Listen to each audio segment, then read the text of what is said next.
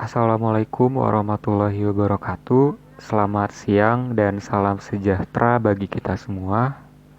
Yang terhormat Bapak Ahmad Hamdan MPD selaku dosen pengampu dari mata kuliah Perkembangan Peserta Didik dan seluruh rekan-rekan Penmas A 2020 yang saya cintai dan saya banggakan.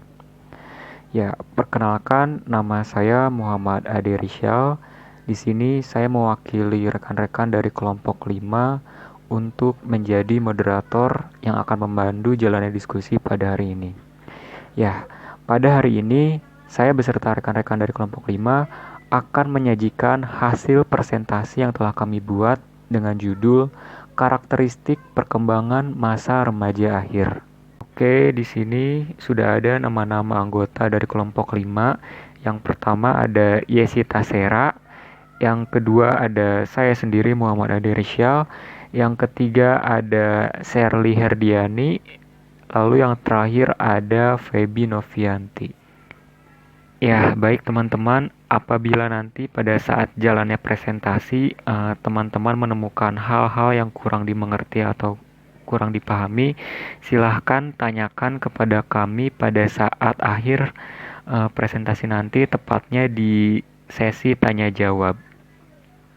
Oke, sekarang kita masuk kepada pembahasan yang pertama, yaitu mengenai pengertian masa remaja akhir dan adolescence. Ya, tidak mudah ya untuk mendefinisikan remaja secara tepat karena banyak sekali sudut pandang yang dapat digunakan dalam mendefinisikan remaja. Di sini kata remaja berasal dari bahasa Latin yaitu adolescence yang berarti to grow atau to grow maturity. Sekarang di sini sudah ada beberapa pendapat ahli mengenai pengertian masa remaja. Yang pertama itu menurut Papalia dan Olds. Namun Papalia dan Olds ini tidak memberikan pengertian remaja ini secara eksplisit, melainkan secara implisit melalui pengertian masa remaja atau adolescence. Ya, menurut Papalia dan Olds, masa remaja adalah masa transisi perkembangan antara masa kanak-kanak dan dewasa yang pada umumnya dimulai pada usia 12 tahun atau 13 tahun dan berakhir pada usia belasan tahun atau awal 20 tahun. Sedangkan menurut Harlock pada tahun 1980, beliau menyatakan bahwa awal masa remaja berlangsung kira-kira dari usia 13 tahun sampai 16 tahun. Dan akhir masa remaja bermulai dari 16 atau 17 tahun sampai dengan 18 tahun, yaitu usia yang matang secara hukum. Selain dari dua pendapat ahli sebelumnya, di sini juga ada pendapat dari Santrok pada tahun 2007. Beliau mengemukakan bahwa remaja akhir kira-kira berada pada setengah terakhir dari dekade kedua dalam kehidupan. Dan pada umumnya di masa inilah remaja akhir lebih mempunyai perhatian terutama pada karir dan juga eksplorasi identitas yang lebih tegas dibandingkan pada masa remaja awal. Dan dalam periode ini juga notabene para remaja mulai memandang bahwa dirinya ini sebagai orang yang semakin dewasa dan mulai mampu menunjukkan pemikiran, sikap, dan perilaku yang kian hari semakin dewasa. Terima kasih kepada moderator yang telah memberikan saya waktu untuk menyampaikan sedikit materi. Materi selanjutnya yaitu mengenai masa remaja sebagai adolescence. Masa remaja dibagi menjadi dua bagian. Yang pertama adalah masa remaja awal, yaitu pada usia 12-18 tahun, dan masa remaja akhir yaitu pada 18-22 tahun. Namun, di Amerika Serikat dijelaskan bahwa seseorang telah dewasa itu ketika sudah menginjak usia 18 tahun, bukan seperti yang sebelumnya yaitu 21 tahun. Itu adalah hukum yang dianut dari Amerika Serikat. Nah, remaja akhir atau late adolescence adalah masa konsolidasi menuju periode dewasa dan ditandai terhadap fungsi-fungsi intelektual. Egonya mencari kesempatan untuk bersatu dengan orang-orang lain dan dalam pengalaman-pengalaman baru. Terbentuknya identitas seksual yang tidak akan berubah lagi. Egosentrisme diganti dengan keseimbangan antara kepentingan diri sendiri dengan orang lain. Dan akan tumbuh dinding yang memisahkan diri pribadinya dengan masyarakat. Menurut Harlock, seperti halnya dengan semua periode-periode yang penting selama tentang kehidupan, masa remaja mempunyai ciri-ciri tertentu yang membedakannya dengan periode sebelumnya dan sesudahnya. Ciri-ciri tersebut yaitu, yang pertama, masa remaja sebagai periode yang penting, yaitu perubahan-perubahan yang akan dialami oleh masa remaja akan memberikan dampak langsung kepada individu tersebut yang bersangkutan dan akan mempengaruhi perkembangan selanjutnya. Yang kedua adalah masa remaja sebagai periode peralihan. Maksudnya adalah masa peralihan dari anak-anak menuju kedewasaan, sehingga status remaja tidak dianggap jelas. Keadaan ini memberi waktu padanya untuk mencoba gaya hidup yang berbeda dan menentukan pola perilaku, nilai, dan sifat yang paling sesuai dengan dirinya. Yang ketiga, masa remaja sebagai masa perubahan, yaitu perubahan pada emosi perubahan tubuh, minat, dan pengaruh perubahan pada nilai-nilai yang dianut, serta keinginan akan kebebasan. Yang keempat, masa remaja sebagai periode mencari identitas. Kayaknya ini udah gak asing lagi ya, terdengar di telinga kita kalau misalkan masa-masa remaja itu adalah masa-masa ketika kita mencari jati diri kita. Nah, diri yang dicari berupa usaha untuk menjelaskan siapa sih dirinya dan apa pengaruhnya dalam masyarakat. Yang selanjutnya adalah masa remaja sebagai periode usaha, periode usia yang menimbulkan ketakutan. Mengapa menimbulkan ketakutan? Karena dapat dikatakan karena sulit diatur, cenderung berperilaku yang kurang baik. Nah, hal tersebutlah yang membuat orang tua menjadi sedikit ketakutan akan anak remajanya. Yang keenam, masa remaja sebagai periode masa yang tidak realistik. Maksudnya adalah remaja cenderung memandang kehidupan dari kacamata berwarna merah jambu, melihat dirinya sendirian, orang lain sebagaimana yang diinginkan dan bukan sebagaimana adanya, terlebih dalam cita-cita yang diharapkannya. Dan yang terakhir adalah masa remaja sebagai periode ambang masa dewasa. Remaja mengalami kebingungan atau kesulitan di dalam usaha meninggalkan kebiasaan pada usia sebelumnya, dan di dalam memberikan kesan bahwa mereka hampir atau sudah dewasa, yaitu dengan merokok, meminum minuman keras, bahkan menggunakan obat-obatan. Kita dapat mengetahui sifat-sifat adolescence tersebut. Menurut adolescent, dalam Ahmadi dijelaskan bahwa sifat-sifat adolescence adalah yang pertama, menunjukkan timbulnya sikap positif dalam menentukan sistem nilai yang ada. Yang kedua, menunjukkan adanya ketenangan dan keseimbangan di dalam kehidupannya. Yang ketiga, mulai menyadari bahwa sikap aktif, mengkritik, waktu ia puber itu mudah, tetapi melaksanakannya adalah sulit. Yang keempat, seseorang mulai memiliki rencana hidup yang jelas dan mapan. Jadi dia sudah berencana akan kehidupannya bagaimana untuk kedepannya, dan dengan rencananya tersebut, dengan rencana yang sudah dipersiapkan, dia dapat berusaha untuk menggapai rencana tersebut menjadi suatu kenyataan. Nah, selanjutnya adalah seseorang mulai senang menghargai sesuatu yang bersifat historis dan tradisi, agama, kultur, etis, dan estetis serta ekonomis. Yang keenam, dalam menentukan calon teman hidup, sudah tidak lagi berdasarkan nafsu belaka, namun atas dasar pertimbangan beberapa aspek, baik itu dari seperti yang kita ketahui babat bebet dan bobotnya, juga perilakunya, attitude-nya, latar belakang pendidikannya, dan sebagainya. Yang selanjutnya adalah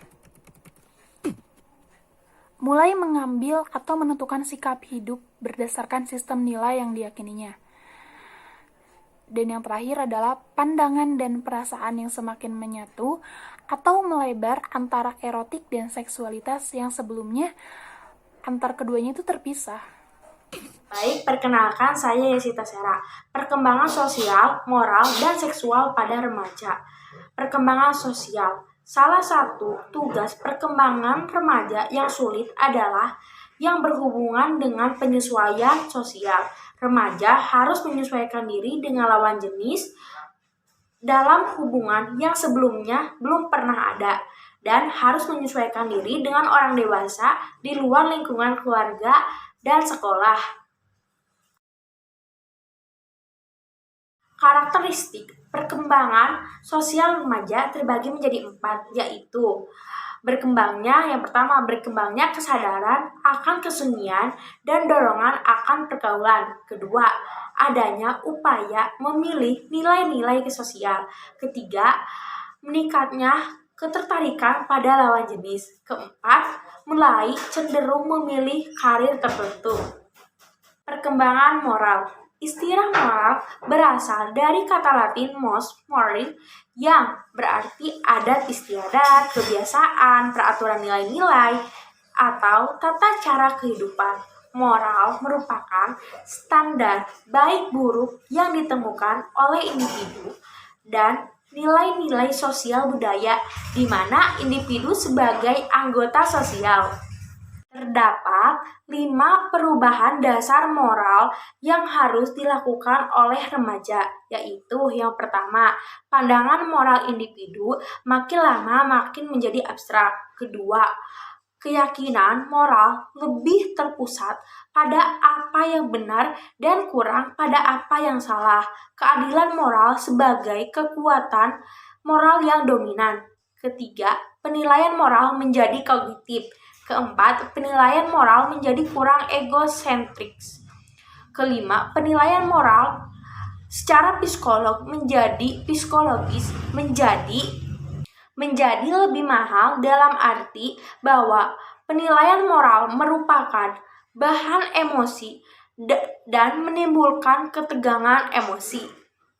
Sikap orang tua yang harus diperhatikan sehubung dengan perkembangan moral anak remaja terdapat 4, yaitu yang pertama, konsisten dalam mendidik anak. Kedua, sikap orang tua dalam keluarga. Ketiga, penghayatan dan pengenalan agama yang dianut. Keempat, sikap konsisten orang tua dalam menerapkannya. Perkembangan seksual. Seksualitas remaja timbul karena faktor-faktor tertentu. Terdapat 4 faktor, yaitu yang pertama, perubahan hormon yang meningkatkan hasrat seksual, libido seksualitas remaja. Kedua, penyaluran tidak dapat segera dilakukan karena adanya penundaan usia perkawinan. Ketiga, sementara usia perkawinan ditunda, norma-norma agama tetap berlaku di mana seorang dilarang untuk melakukan hubungan seks sebelum melakukan perkawinan yang sah. Keempat, orang tua sendiri masih mentabukan pembicaraan mengenai seks terhadap anak. Tidak terbuka terhadap anak. Keempat, orang tua sendiri masih mentabukan pembicaraan mengenai seks dengan anak, tidak terbuka terhadap anak.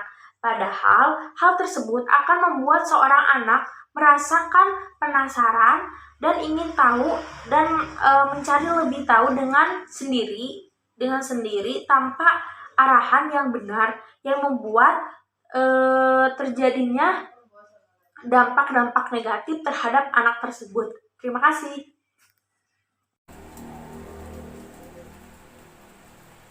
D. Perkembangan intelijensi dan emosi pada remaja. Yang pertama, perkembangan intelijensi. Intelijensi adalah kemampuan seseorang yang dibawa sejak lahir, yang memungkinkannya berbuat sesuatu dengan cara tertentu menurut versinya.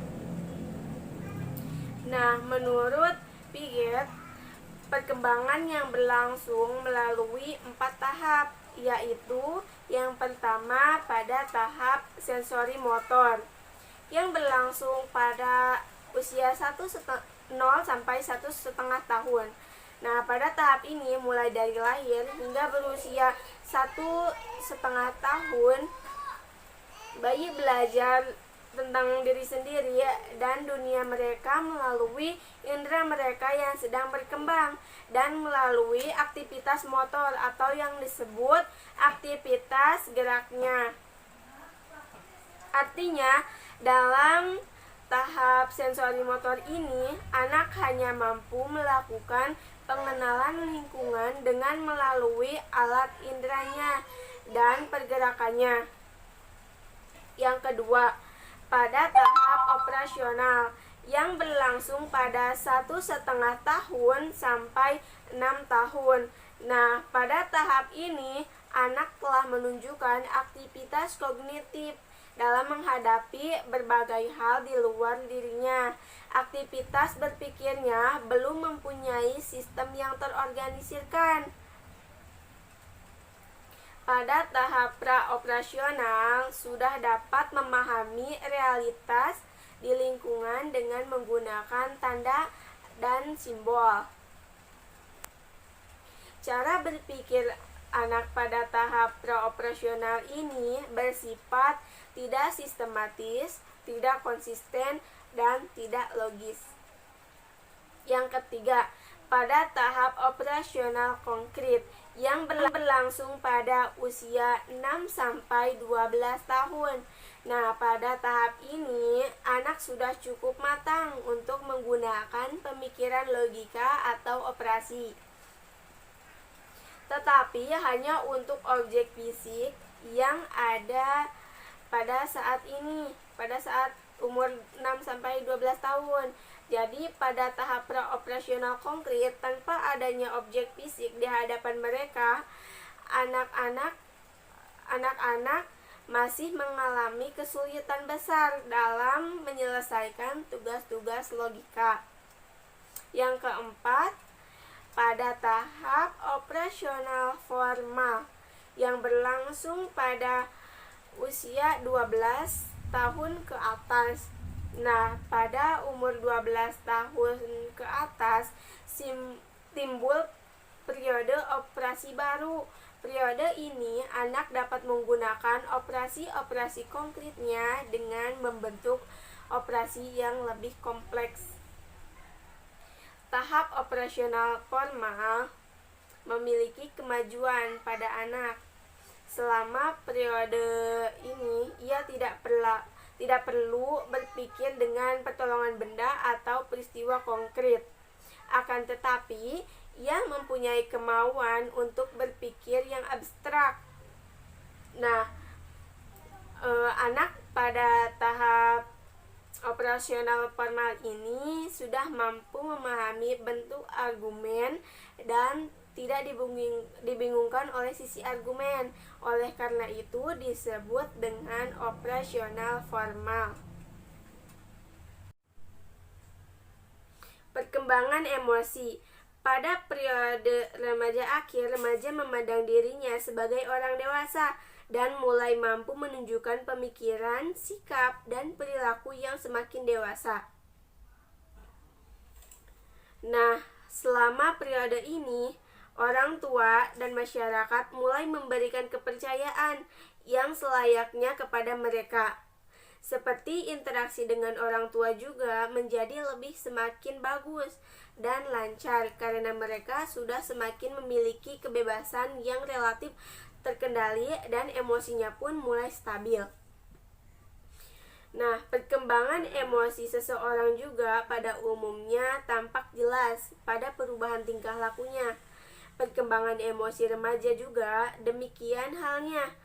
Seperti menurut Muhammad Asrori pada tahun 2005, ada sejumlah faktor yang mempengaruhi perkembangan emosi remaja, yaitu yang pertama, adanya perubahan jasmani.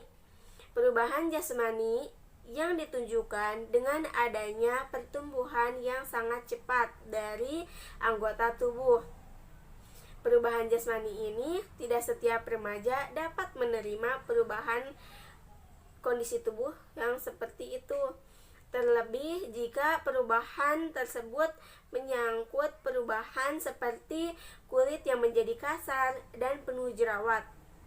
Nah, hormon-hormon tertentu mulai berfungsi sejalan dengan perkembangan alat kelaminnya, sehingga dapat menyebabkan rangsangan di dalam tubuh remaja dan seringkali menimbulkan masalah dalam perkembangan emosinya.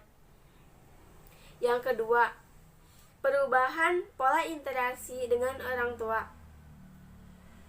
Nah, pola asuh orang tua terhadap anak termasuk remaja sangat bervariasi.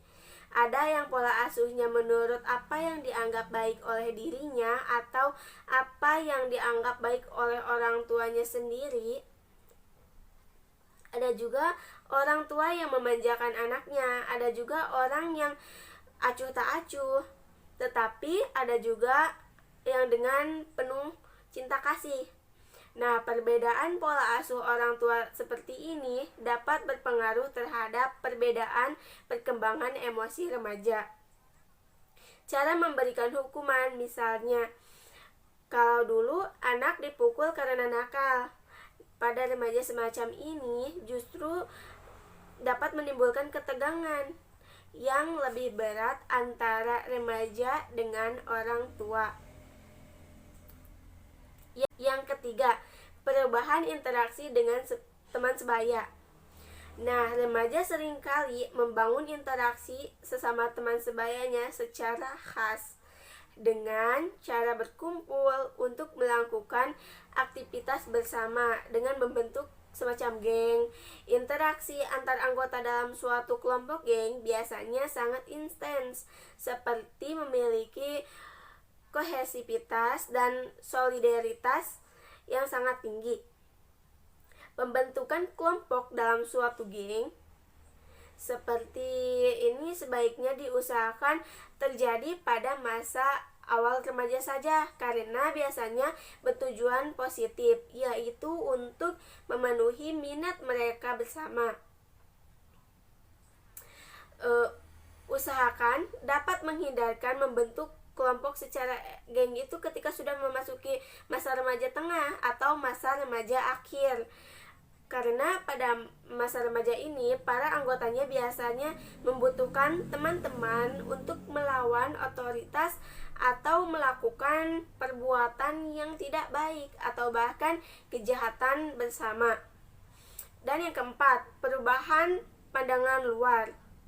Faktor penting yang dapat mempengaruhi perkembangan emosi remaja selain perubahan pada dirinya sendiri, yaitu adalah pandangan dunia luar dari dirinya. Seperti adanya sejumlah perubahan pandangan dunia luar yang dapat menyebabkan konflik-konflik emosional dalam diri remaja, yaitu seperti sikap dunia luar terhadap remaja yang tidak konsisten. Kadang-kadang mereka dianggap sudah dewasa, tetapi mereka tidak mendapat kebebasan penuh atau peran yang wajar sebagaimana orang dewasa, sehingga seringkali mereka masih dianggap sebagai anak kecil, sehingga berakibat timbul kejengkelan pada diri remaja tersebut. Kejengkelan yang mendalam dapat berubah menjadi tingkah laku emosional. Nah, di sini sekarang kita sudah masuk kepada pembahasan yang terakhir ya, yaitu tentang pembentukan konsep diri.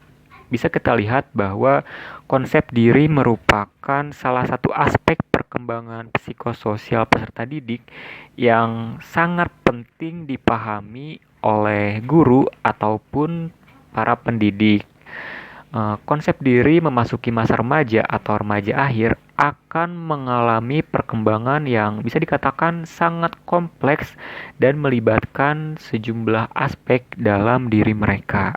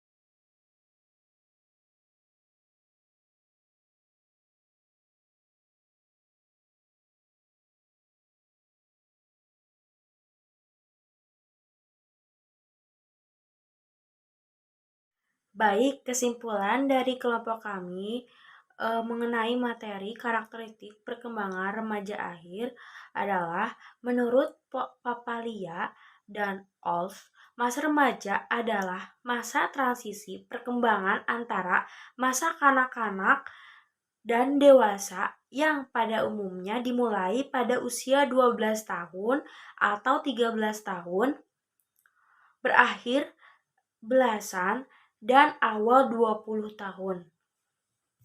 WHO memberikan 3 kriteria yang digunakan. Yang pertama, biologis, psikologis, dan sosial ekonomi. Karakteristik perkembangan remaja akhir dibagi menjadi 3, yaitu perkembangan moral dan sosial, kedua, inteligensi dan emosi, ketiga, pembentukan konsep diri.